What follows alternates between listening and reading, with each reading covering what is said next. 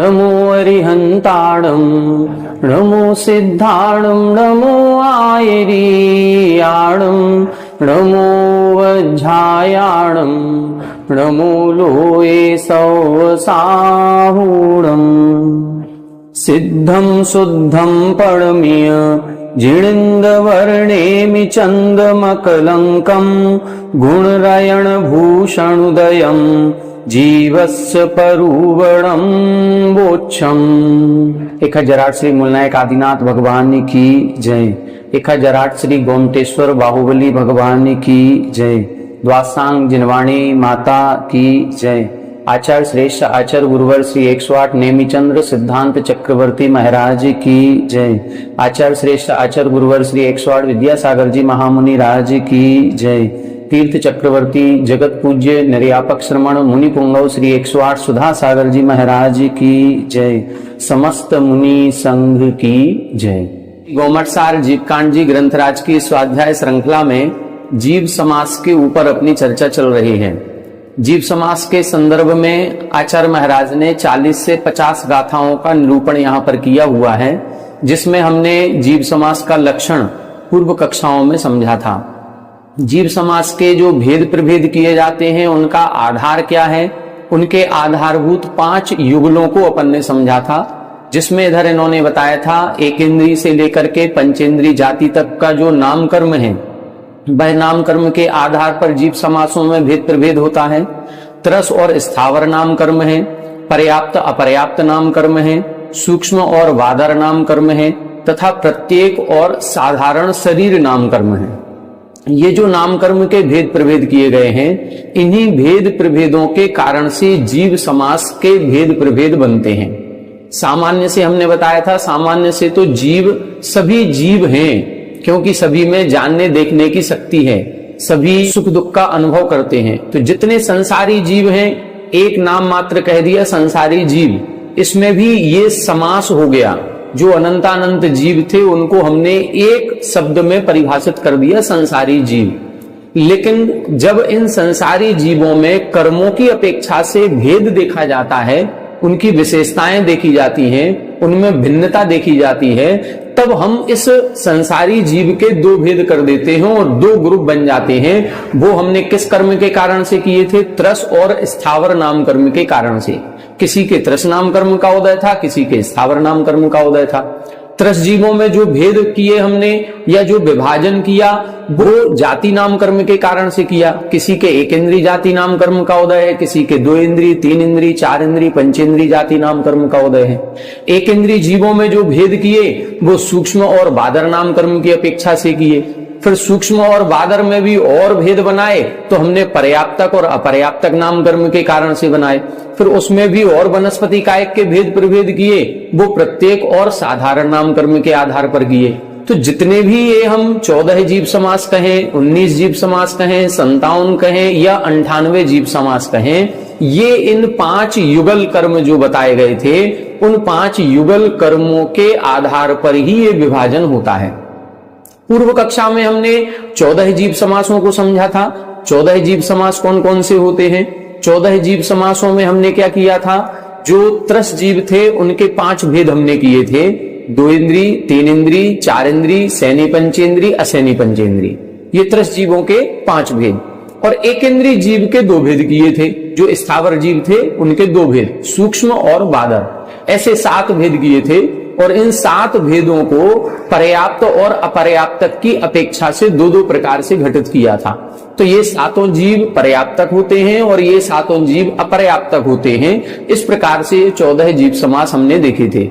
इन 14 जीव समासों का हमने बोर्ड पर चार्ट बना करके भी आपको बता दिया था। फिर पूर्व कक्षा में हमने 19 जीव समासों पर भी चर्चा की थी। 19 के साथ साथ 38 और 57 जीव समास के लिए भी अपन ने एक गाथा पढ़ी थी। उस एक ही गाथा में तीनों प्रकार से इन्होंने जीव समासों को प्रतिपादित किया था। वो 19 जीव समास कैसे बनेंगे?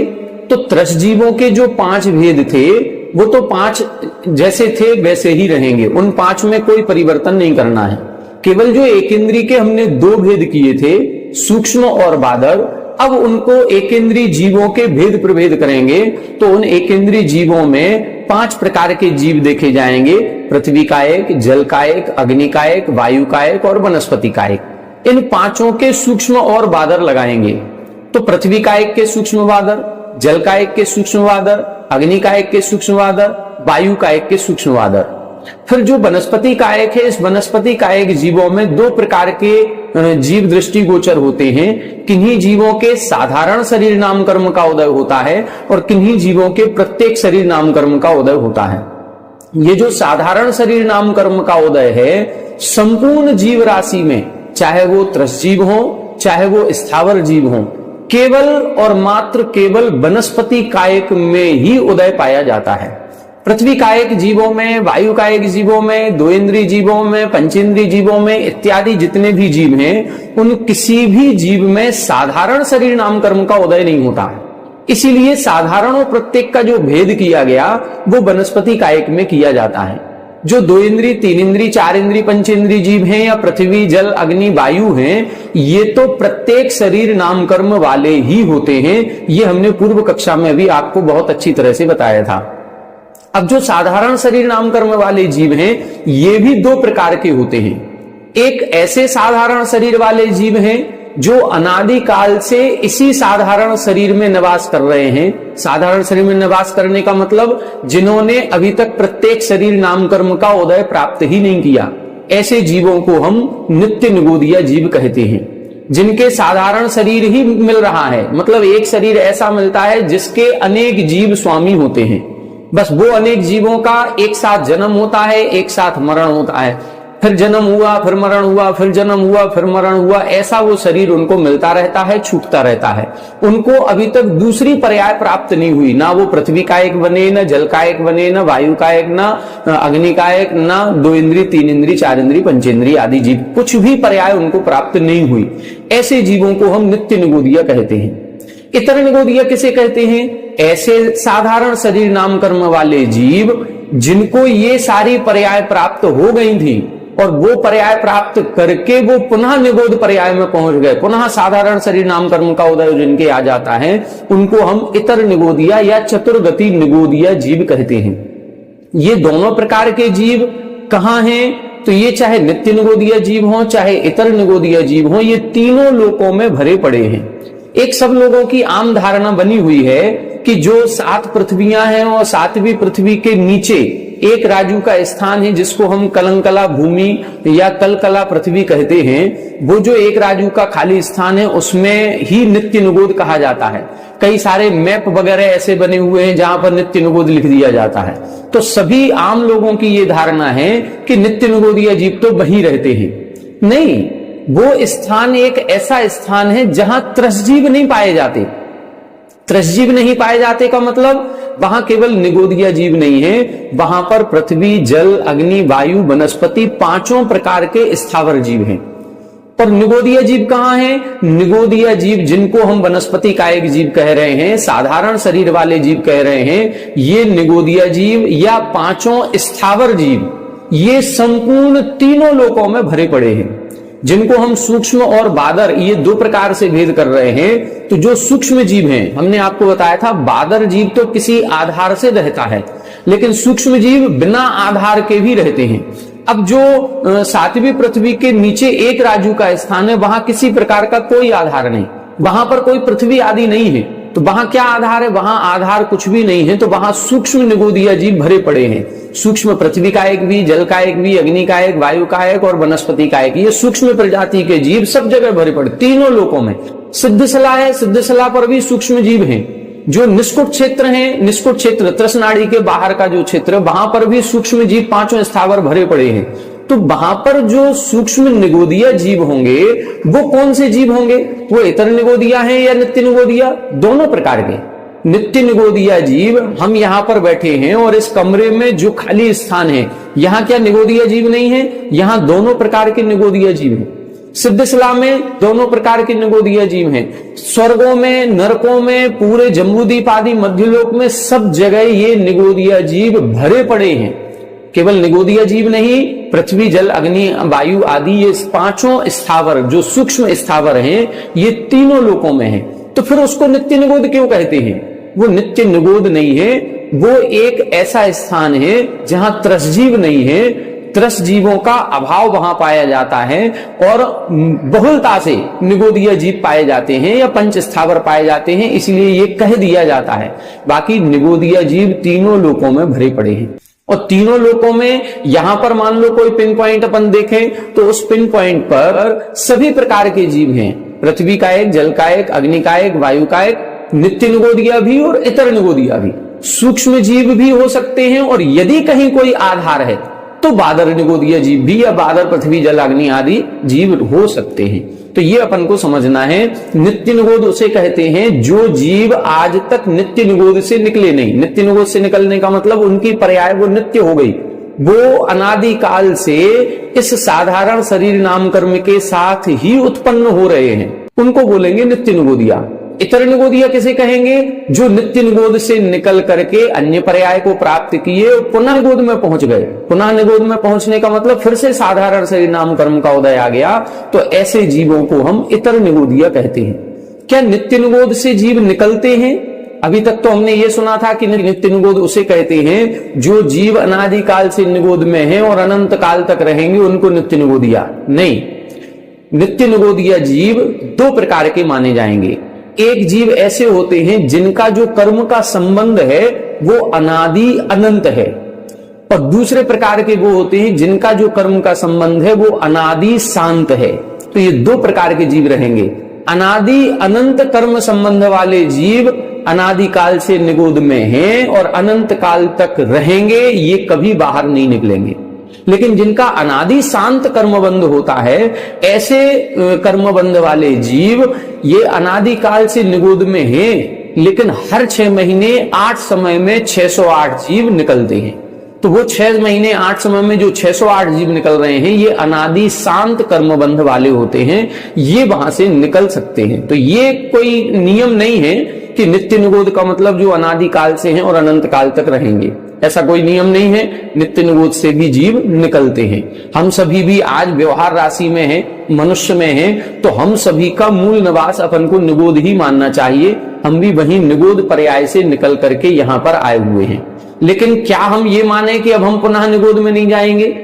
यदि हम मिथ्यात्व के साथ रहे और मिथ्यात्व के साथ रह करके अन्य ऐसे साधारण शरीर नाम कर्म जैसे कर्म का बंध कर लिया, तो फिर हम निगोद में पुनः जाएंगे। लेकिन यदि हमने मिथ्यात्व को नष्ट कर दिया तो फिर साधारण शरीर नाम कर्म का बंध नहीं होगा। साधारण शरीर नाम कर्म है, सूक्ष्म नाम कर्म है, अपर्याप्त नाम कर्म है, इनका बंध प्रथम गुण स्थान तक ही होता है।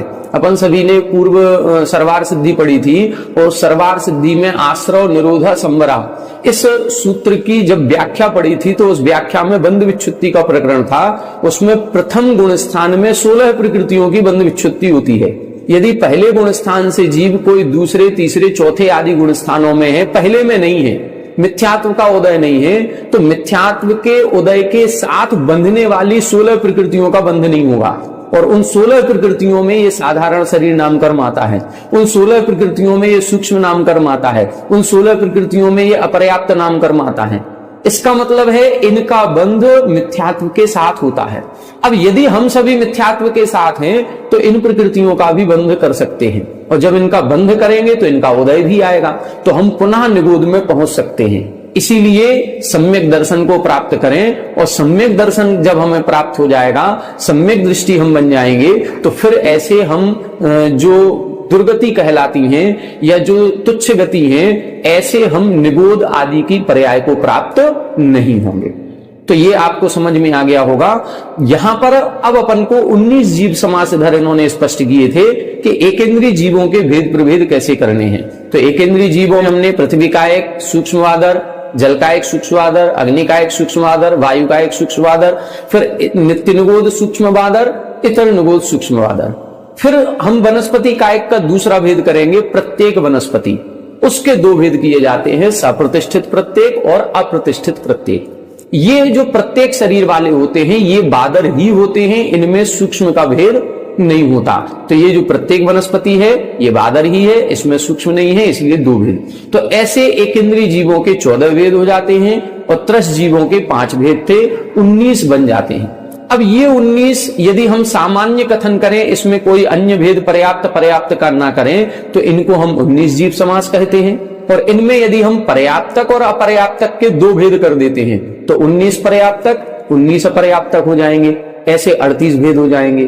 और फिर इधर इन्होंने बताया था अपर्याप्तकों के भी दो भेद होते हैं, एक लब्ध पर्याप्तक, एक निर्वृत्त पर्याप्तक। लब्ध पर्याप्तक उसे कहते हैं जिन जीवों के एक भी पर्याप्ति पूर्ण नहीं होगी और पर्याप्ति पूर्ण करने के पूर्व ही जिनका मरण हो जाएगा, उनको बोलते हैं हम लब्ध पर्याप्तक।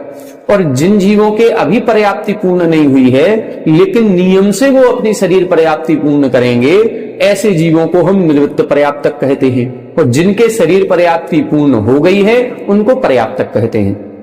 तो ऐसे लब्ध पर्याप्तक, निवृत्त पर्याप्तक और पर्याप्तक, ऐसे 3 भेद जब हम इन 19 भेदों के कर देते हैं तो ये 57 जीव समास बन जाते हैं। जैसे हमने 14 जीव समासों का चार्ट बनाया था, ऐसे ही 19 जीव समासों का, 38 जीव समासों का और 57 जीव समास का चार्ट अपन को बनाना है।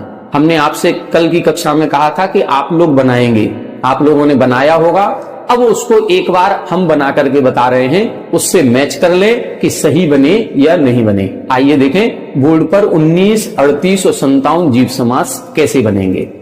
आइए देखें, यहां हमने बनाए हैं ये 19 जीव समास। इसमें सबसे ऊपर जो हमने 5 भेद लिखे हैं ये त्रस जीवों के भेद लिखे हैं। सबसे पहले सैनी पंचेंद्री, फिर असैनी पंचेंद्री, 4 इंद्री, 3 इंद्री, 2 इंद्री, ये हो गए त्रस जीव। त्रस जीवों के 5 भेद बनते हैं, इन 5 से ज्यादा नहीं बनेंगे। फिर जब बनेंगे, जब अपन 98 जीव समास देखेंगे तब बनेंगे। अभी 19 तक में केवल 5 ही भेद बनेंगे। और एक इंद्री के मैक्सिमम भेद बनते हैं तो कितने बनते हैं? 14 भेद बनते हैं, इससे ज्यादा नहीं बनेंगे। तो एक इंद्री के कौन से? पृथ्वी का एक सूक्ष्म, पृथ्वी का एक वादर, जल का एक सूक्ष्म, जल का एक वादर, अग्नि का एक सूक्ष्म, अग्नि का एक वादर, वायु का एक सूक्ष्म, वायु का एक वादर। फिर नित्य निगोद सूक्ष्म, नित्य निगोद वादर, इतर निगोद सूक्ष्म, इतर निगोद वादर। ये इतर निगोद भी कह सकते हैं और इसको चतुर्गति निगोद भी कहते हैं। वास्तविक नाम तो चतुर्गति निगोद है, इतर अपन इसलिए बोलते हैं विपरीत। जो नित्य निगोद है उससे जो विपरीत है उसको हम इतर बोल देते हैं या चतुर्गति निगोद कहते हैं। तो इतर निगोद सूक्ष्म, इतर निगोद वादर। और फिर सप्रतिष्ठित प्रत्येक, अप्रतिष्ठित प्रत्येक, ऐसे ये 19 भेद हो गए। ये 19 भेद आप लोग लिख लें। अब इन 19 भेदों में यदि हम पर्याप्तक और अपर्याप्तक ऐसे 2 कॉलम बना देंगे, 19 भेदों के सामने पर्याप्तक लिखें और फिर से ये 19 लिख करके उनके सामने अपर्याप्तक लिखें तो 38 भेद हो जाएंगे। फिर यदि हम 3 कॉलम बनाएं, पहले कॉलम में 19 भेद पर्याप्तक, दूसरे कॉलम में 19 भेद लब्ध पर्याप्तक और तीसरे कॉलम में 19 भेद निर्वृत्त पर्याप्तक करेंगे तो फिर 97 जीव समास के भेद हो जाते हैं। ये अपना विषय कल हो गया था। अब आज की कक्षा में अपन आगे का विषय देखेंगे। ये विषय का रिवीजन इसलिए कर रहे हैं क्योंकि आगे अभी करीब करीब 10 से 12 गाथाओं में यही वर्णन आएगा, इसी जीव समास का वर्णन आएगा। और एक बार ये जीवों के भेद प्रभेद समझ में आ जाएंगे तो आगे का विषय और आसान हो जाएगा। बस ये एक बार अपन को समझना है, इसीलिए इसका बार बार रिवीजन कर रहे हैं, जिससे ये अपन अपने दिमाग में फिट कर लें कि जीवों के भेद प्रभेद इस प्रकार से होते हैं। आइए देखें, अब अगली गाथा देखते हैं। ठाणे हिम विजोड़ी हिम्बी, ठाणे हिम विजोड़ी हिम्बी, देहो गाहण कुलाण भे देहिम, देहो गाहण कुलाण भे देहिम, जीव समासा सव्वे, जीव समासा सव्वे, परु विदब्बा जहा कंसो, परु विदब्बा जहा कंसो, ठाणे हिम बिजोड़ी हिम्बी, देहो गाहण कुलाण भे देहिम, जीव समासा सव्वे, परु विदब्बा जहा कंसो। देखें, ठाणे हिम वी जोड़े हिम्बी, यहां हम बता रहे हैं, हमने पहले जब जीव समास प्रारंभ किया था तब भी बताया था कि जीव समास को 4 विशेषताओं के आधार पर विभाजित किया गया है या वर्णन किया जाएगा। 4 विशेषताएं कौन कौन सी हैं? सबसे पहले स्थान की अपेक्षा से, दूसरा योनि की अपेक्षा से, तीसरा जीव के शरीर की अवगाहना की अपेक्षा से और चौथा कुल की अपेक्षा से। ये 4 प्रकार से जीवों के भेद प्रभेद किए जाते हैं या जीवों का संग्रह किया जाता है। दोनों जीवों का जब अपन भेद प्रभेद करेंगे तो वो भी भेद प्रभेद अलग अलग जीव समास बनेंगे, और जीवों को जब हम एक रूप में संग्रह करेंगे तो वो जीव समास कहलाता है। तो जीव समास के इन 4 प्रकार से भेद प्रभेद किए जाएंगे। किसके अपेक्षा से? ठाणे, ठाण का मतलब स्थान, स्थान के द्वारा, जोड़ी का मतलब योनि है, योनि के द्वारा, देहोगाहन, देह अवगाहन मतलब शरीर की अवगाहना के द्वारा, और कुलाण भेदे ही, और कुल के भेदों के द्वारा। तो ऐसे 4 प्रकार से जीवों का व्याख्यान किया जाएगा। सबसे पहले स्थान, फिर योनि, फिर शरीर की अवगाहना और फिर कुल। स्थान जो अपन अभी देख रहे हैं, 14 जीव समास, 19 जीव समास, 98 जीव समास, ये सब स्थान कहलाते हैं। स्थान कितने बनते हैं? ये जो हम 14 कह रहे हैं या 19 कह रहे हैं, केवल 14 या 19 जीव समास नहीं है। ये जीव समास 1 से शुरू करेंगे तो क्रम से इतने इतने बनते जाएंगे, मतलब सीधा नंबर 14 का नहीं आएगा। जीव समास 1 भी हो सकता है, जीव समास 2 भी हो सकते हैं, जीव समास के 3 भेद भी हैं, 4 भेद भी हैं, 5 भेद भी हैं, 6, 7, 8, 9, 10, 11, 12, 13, 14, 15, 16, 17, 18, 19, इस तरह से पूरे भेद बनेंगे ये। अब पूरे कैसे बनेंगे? 1, 2, 3, 4, अभी तो हमने 14 पढ़े, 19 पढ़े, अब हमने 13 कैसे बनेंगे, 12 कैसे बनेंगे, 9 कैसे होंगे, 17 कैसे होंगे, ये तो पढ़ा ही नहीं। ये आगे की गाथाओं में आएगा। तो अब यहां से इस गाथा के आधार पर वर्णन होगा। अभी तक जो ये वर्णन 3-4 गाथाओं में किया, ये तो केवल भूमिका स्वरूप है। अब जीव समास का वास्तविक वर्णन अब शुरू हो रहा है। इसीलिए इन्होंने लिखा, स्थान की अपेक्षा से, योनि की अपेक्षा से, शरीर के अवगाहना की अपेक्षा से और कुल के भेदों की अपेक्षा के द्वारा जीव समासा सब्बे परूविदब्बा जहा कमसो। ये जीव समासा सब्बे, ये सभी जीव समास कहलाते हैं, और इनका जहा कमसो यथाक्रम, मतलब यथाक्रम का मतलब जैसे हमने नाम लिखे हैं, पहले स्थान, फिर योनि, फिर शरीर की अवगाहना, फिर कुल, इसी क्रम से परूविदब्बा अब इनका प्ररूपण किया जाएगा। अभी तक इन्होंने ये भूमिका बताई थी, ये आधार है, भूमिका है, ये जीव समास में प्रवेश है। ये अभी तक अपन ने जीवों के भेद प्रभेद समझे हैं कि जीव कितने प्रकार के हो सकते हैं। 2 इंद्री, 3 इंद्री, 4 इंद्री, 5 इंद्री, ये त्रसजीव कहलाते हैं। तो त्रसजीव के हमने कितने भेद किए? त्रसजीव के विकलेंद्री और सकलेंद्री, सकलेंद्री के 2 भेद, सैनी पंचेंद्री, असैनी पंचेंद्री। ऐसे ही एकेंद्री जीव के कितने भेद करेंगे? बादर और सूक्ष्म, और फिर पृथ्वी, जल, अग्नि, वायु आदि के हिसाब से ये भेद प्रभेद हुए। अब अपन को जीव समास पढ़ना है, तो यहां से अब जीव समास का टॉपिक प्रारंभ हो रहा है। ये वास्तविक अब टॉपिक शुरू हो रहा है। ये गाथा अपन को समझ में आ गई होगी। अब स्थान किसे कहते हैं और जीव समास का एक भेद कौन सा है, 2 भेद कौन से हैं, 3 भेद कौन से हैं, ये इसकी गाथा अगली आ रही है। इस गाथा को अपन देखते हैं। 75 नंबर की गाथा। एक ही गाथा में 1 से लेकर के लगभग 10 जीव समासों के भेद किए। 1 कौन सा होगा, 2 कौन से होंगे, 3 कौन से होंगे, 4 कौन से होंगे, 8 कौन से होंगे, 9 कौन से होंगे, 10 कौन। एक ही गाथा में सारा वर्णन कर दिया। कितनी बड़ी विशेषता है। आइए देखें, इस गाथा को पढ़ें और इस गाथा को पढ़ करके इसका अपन अर्थ लगाएं कि इसका अर्थ क्या है। देखें, ये जो गाथा है, इस गाथा को एक साथ पढ़ेंगे। जो अपन पहली लाइन के 2 चरण बना रहे थे और दूसरी लाइन के 2 चरण बना रहे थे, ऐसे इस गाथा में बन नहीं पा रहे हैं, क्योंकि कुछ शब्द ऐसे दिए हुए हैं जहां सीधी एक लाइन में ही पढ़ने में वो बनेंगे। फिर भी अपन इसको तोड़ करके पढ़ेंगे, जैसे पढ़ पाएंगे वैसे अपन पढ़ने का प्रयास करते हैं, लेकिन जब पूरी गाथा एक साथ पढ़ेंगे तब सही से उच्चारण बनेगा।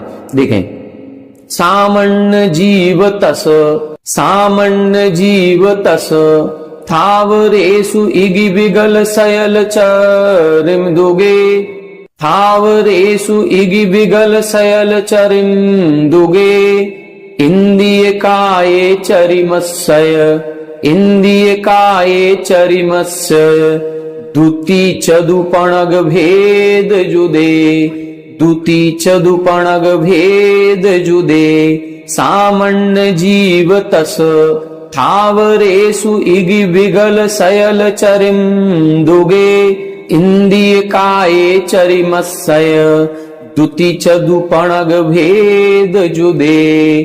एक साथ पूरी गाथा पढ़ेंगे। सामान्य जीव तस थावरेषु इगि विगल सयल चरिम दुगे इंद्रिय काये चरिमस्सय दुति चदुपणग भेद जुदे।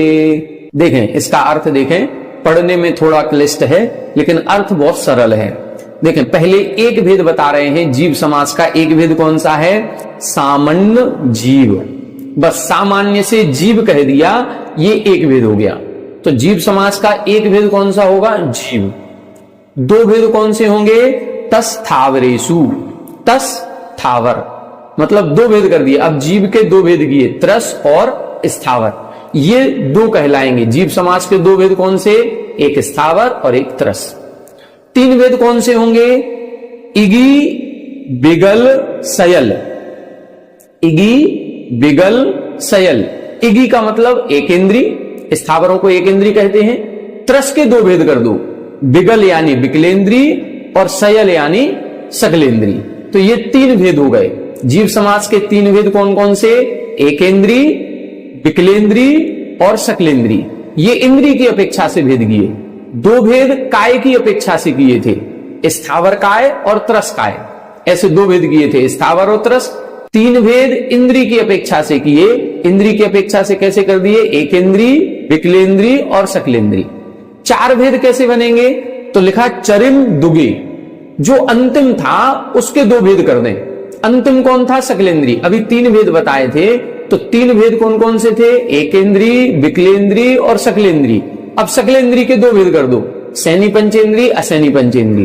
तो चार भेद बन गए। अब ये चार भेद कौन कौन से बने? एकेंद्री, विकलेंद्री, असैनी पंचेंद्री, सैनी पंचेंद्री। ये चार जीव समास हो गए।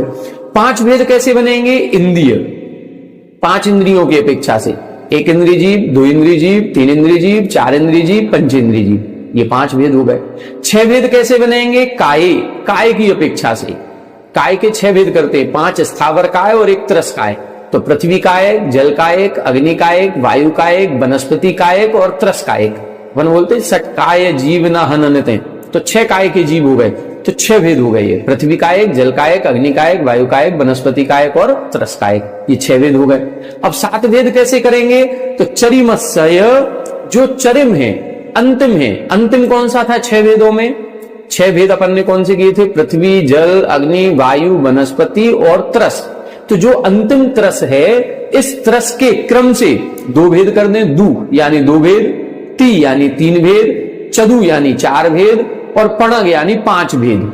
जुदे अलग अलग कर दें। तो यदि ये हम अलग अलग दो भेद, तीन भेद, चार भेद और पांच भेद करेंगे तो हमारे 10 भेदों तक हम पहुंच जाएंगे। कैसे पहुंच जाएंगे? देखें अभी अपन ने छह भेद देख लिए थे काय के। काय की अपेक्षा से जीव समास के छह भेद, पृथ्वी, जल, अग्नि, वायु, वनस्पति और त्रस। अब पांच को एक तरफ रहने दो, पांच के कोई भेद नहीं करना है। त्रस के दो भेद कर दिए। कौन कौन से दो भेद कर दिए? त्रस के दो भेद किए थे अपन ने, बिगल और सयल, जो पहले बताए थे, विकलेंद्री और सकलेंद्री। एक इंद्री तो पहले ही आ गए, पांचों स्थावर, तो पांच वो हो गए, और फिर विकलेंद्री और सकलेंद्री, ये 7 भेद हो गए। 8 भेद कैसे करेंगे? तो 8 भेद के लिए अब 3 भेद करें। तो चरमस्य दुगे, जो पहले अपन ने किए थे, पंचेंद्री के 2 भेद करेंगे, असैनी पंचेंद्री, सैनी पंचेंद्री, तो 2 भेद हो जाएंगे। अब 8 कैसे हो गए? 5 स्थावर, फिर 1 छठवां विकलेंद्री, 7वां असैनी पंचेंद्री, 8वां सैनी पंचेंद्री। 9 भेद कैसे करेंगे? तो 9 भेद करने के लिए त्रस के 4 भेद करेंगे, 2 इंद्री, 3 इंद्री, 4 इंद्री और पंचेंद्री, ये 4 भेद त्रस के, और 5 भेद स्थावरों के थे ही, तो 9 भेद हो गए। और 10 भेद करेंगे तो त्रस के 5 भेद कर देंगे। त्रस के 5 भेद कौन कौन से होंगे? 2 इंद्री, 3 इंद्री, 4 इंद्री, असैनी पंचेंद्री, सैनी पंचेंद्री।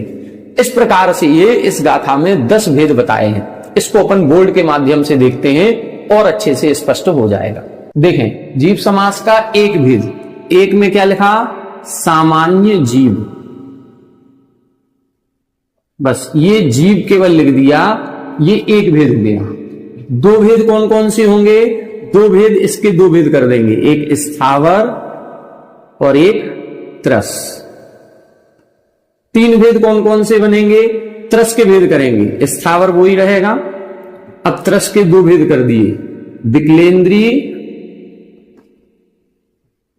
और सकलेंद्री।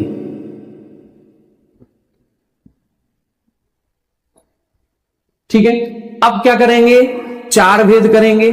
चार भेद करने के लिए अब सकलेंद्री के दो भेद कर दें। ये स्थावर, स्थावर का मतलब एक इंद्री, एक इंद्री जीवों को ही स्थावर कहते हैं। तो अपन स्थावर भी लिख सकते हैं, एक इंद्री भी लिख सकते हैं। तो स्थावर हो गया, और फिर इसके बाद विकलेंद्री हो गया, और फिर सकलेंद्री के दो भेद, असेनी पंचेंद्री और सैनी पंचेंद्री, ये चार भेद हो गए। पांच भेद कैसे बनेंगे, पांच भेद अपन बनाएंगे, एक इंद्री, द्विइंद्री, त्रिइंद्री, चतुरिंद्री और पंचेंद्री। ये इंद्री की अपेक्षा से ये पांच भेद हो गए, ये चतुरिंद्री और ये पंचेंद्री। फिर छह भेद कैसे बनाएंगे, तो छह भेद में अब एक इंद्री के पांच भेद करना है। अब छह भेद बनाने के लिए एक इंद्री के पांच भेद किए, पृथ्वी, जल, अग्नि, वायु और वनस्पति, ये पांच ये हो गए। और एक हो जाएगा त्रसकाय, त्रसकाय, ये हो गए कायक वाले। तो काय की अपेक्षा से ये छह भेद बन गए। अब सात भेद करना है, तो सात भेद में ये पांच तो एज इट इज रहेंगे, ये पृथ्वी, जल, अग्नि, वायु, तो पांच हो गए अपने स्थावर। ठीक है, पांच स्थावर हो जाएंगे, प्लस अब त्रस के दो भेद करें, तो त्रस के इधर से दो भेद, ये सेम उठाना है अपन को, जो अपन ने इधर लिखे थे। त्रस के दो भेद, विकलेंद्री, सकलेंद्री, फिर त्रस के तीन भेद, विकलेंद्री, असैनी पंचेंद्री, सैनी पंचेंद्री, फिर त्रस के चार भेद, द्विइंद्री, त्रिइंद्री, चतुरिंद्री, पंचेंद्री, फिर त्रस के पांच भेद करेंगे, तो पंचेंद्री के सैनी और असैनी, इस तरह से बनेंगे। अब क्या किया, पांच स्थावर हो गए, और फिर क्या हो गया इधर, विकलेंद्री और प्लस सकलेंद्री, ये दो भेद हो गए, तो सात हो गए। आठ करने के लिए क्या करेंगे, पांच स्थावर प्लस अब सकलेंद्री के दो भेद कर देंगे, तो विकलेंद्री और फिर असैनी और सैनी। फिर नौ भेद करेंगे, तो क्या करेंगे, पांच स्थावर प्लस दो इंद्री, तीन इंद्री, चार इंद्री, पंचेंद्री, तो इधर दो प्लस तीन इंद्री प्लस चार इंद्री प्लस पांच इंद्री। और फिर इधर जब 10 भेद करेंगे, तो फिर ये जो पांच इंद्री अपन ने लिखा है, इसके सैनी और असैनी कर देंगे। तो ऐसे एक ही गाथा में इन्होंने ये 10 भेद बता दिए। अब अगली गाथा जो आएगी, उसमें 11, 12, 13, 14, 15, 16, 17, 18, 19, ये 19 भेद कैसे बनेंगे, 11 से लेके 19 तक के ये सारे भेद अगली गाथा में 76 नंबर की गाथा में आएंगे। उसको अपन कल की कक्षा में पढ़ेंगे। आज की कक्षा में अपन ने ये 10 भेद देखे, ये आपको अच्छी तरह से समझ में आ गए होंगे। एक बार फिर से इसका अपन आप लोग चार्ट बनाएं, घर पर प्रैक्टिस करें और देखें कि जीवों के भेद प्रभेद कैसे कैसे बनते। तो आज की कक्षा में इतना ही। अगली कक्षा में अपन बाकी के 11 से लेकर के 19 तक के जीव समास किस तरह से बनते हैं, उसकी चर्चा आगे की कक्षा में आएगी। उसको अपन कल करेंगे। आप सभी हमारे साथ बने रहें। सभी को जय जय।